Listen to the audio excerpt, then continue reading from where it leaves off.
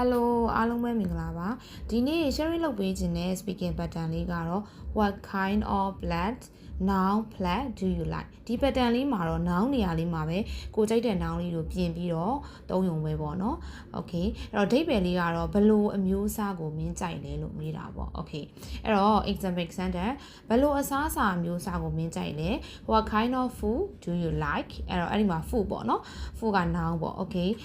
ဘယ်လိုတေးသချင်းအမျိုးအစားကိုမင်းကြိုက်လဲ what kind of music do you like ဘယ်လိုရုပ်ရှင်အမျိုးအစားကိုမင်းကြိုက်လဲ what kind of movie do you like okay ဘယ်လို game အမျိုးအစားကိုမင်းကြိုက်လဲ what kind of game do you like ဘယ်လိုတောက်စရာအမျိုးကိုမင်းကြိုက်လဲ what kind of drink do you like okay